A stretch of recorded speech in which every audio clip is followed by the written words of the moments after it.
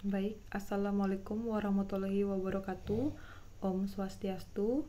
Pada kesempatan ini saya akan mempresentasikan ujian akhir semester mata kuliah metodologi penelitian teknologi informasi. Baik, pertama-tama izinkan saya memperkenalkan diri. Nama saya Nyumandia Arini Puspitagiri. Saya mahasiswa PJJ Informatika Universitas Cyber Asia. Nah, saya akan mempresentasikan pengembangan sistem inventarisasi rupa bumi alam dan buatan berbasis web di Kabupaten Tabanan.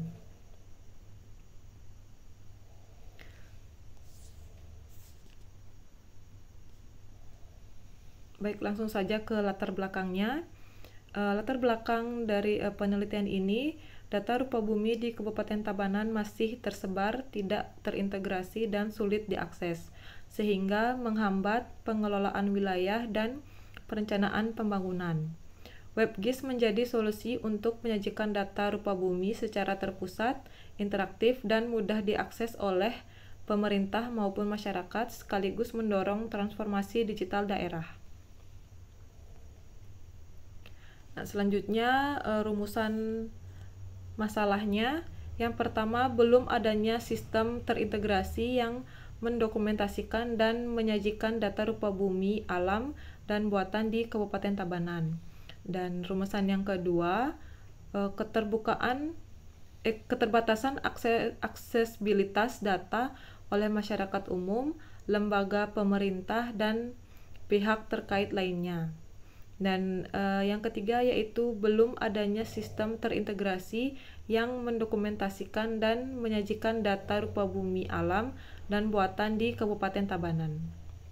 Dan yang keempat yaitu kurangnya pembaruan dan pengelolaan data secara digital dan terstandarisasi.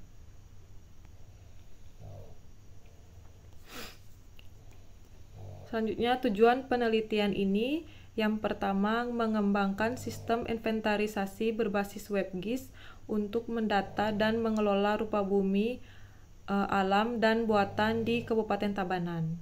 Nah, tujuan yang kedua, menyediakan platform interaktif yang dapat diakses oleh berbagai pihak untuk keperluan analisis dan pengambilan keputusan. Dan tujuan yang ketiga, mempermudah proses pembaruan dan pengelolaan data rupa bumi secara digital, terintegrasi, dan terstandar. Dan tujuan yang keempat, mendukung pemerintah daerah dalam perencanaan pembangunan dan pengelolaan wilayah berbasis informasi geospasial. Nah, berikut adalah literatur review yang saya ambil dari jurnal internasional. Yang pertama berjudul Integrate Infrastructure Management Using WebGIS Application.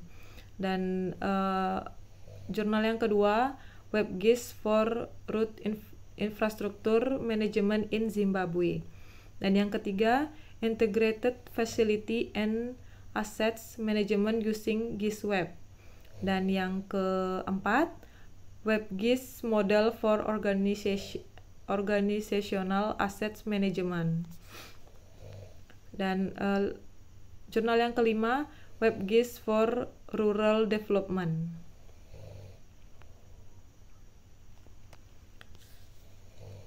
Nah, untuk cara kerja sistemnya, yang pertama pengumpulan data.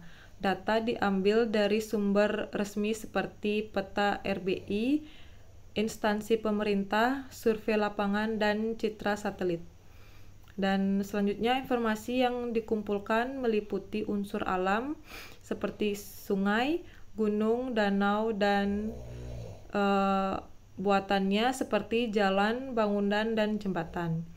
Data tambahan seperti nama objek, fungsi, dan kondisi juga dikumpulkan.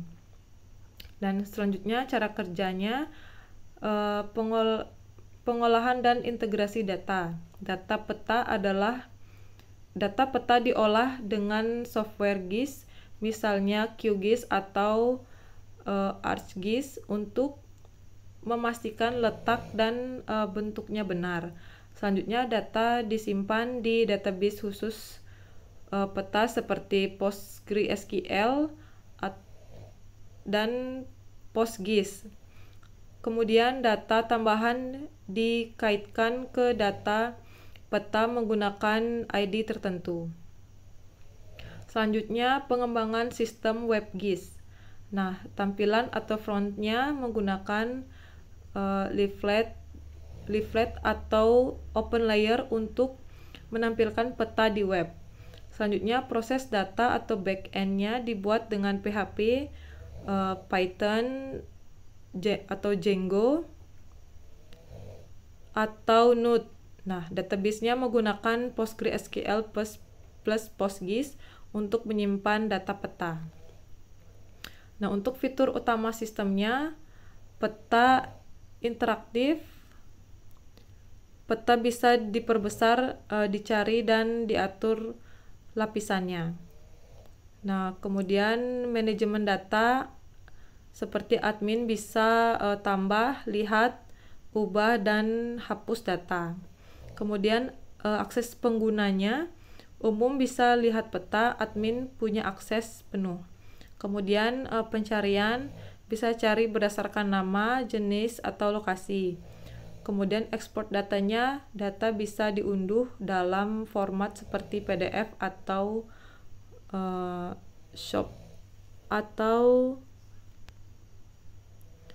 file. Kemudian alur kerja sistemnya, pengguna membuka sistem lewat browser.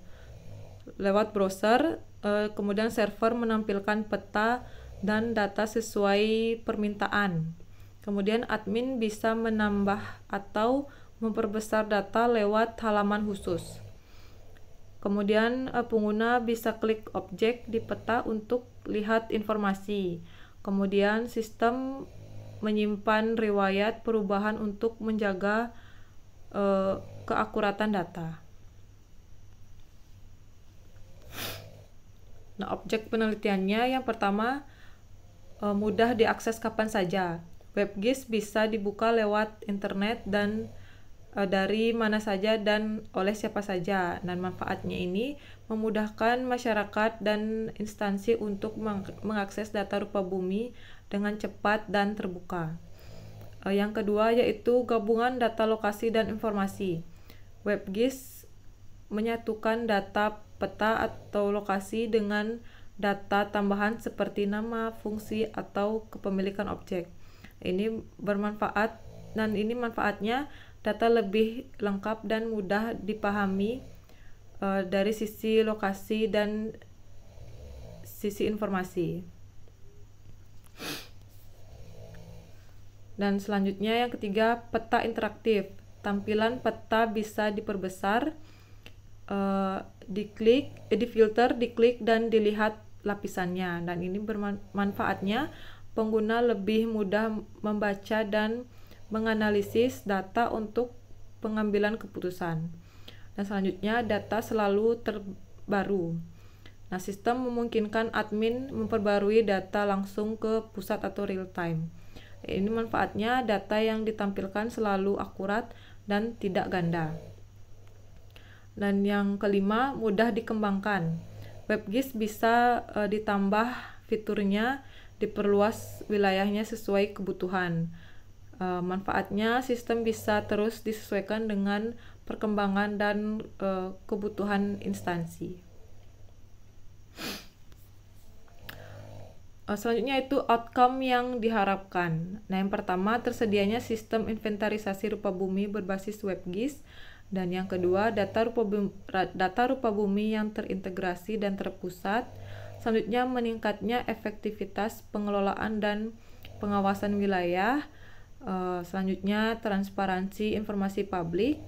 Dan yang kelima, dukungan bagi kebijakan pembangunan berkelanjutan.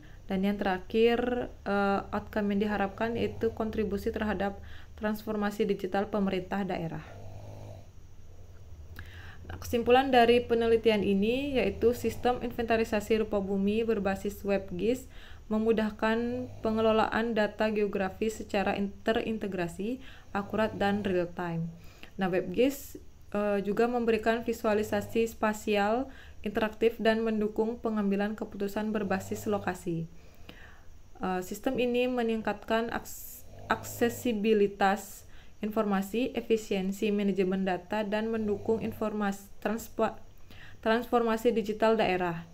Nah, solusi ini relevan untuk mendukung perencanaan wilayah, pelayanan publik, dan transparansi data pemerintah daerah. Nah, sekian presentasi dari saya. Jika ada kesalahan kata, mohon dimaafkan. Akhir kata saya tutup dengan Assalamualaikum warahmatullahi wabarakatuh. Om Santi Santi Santi Om. Terima kasih.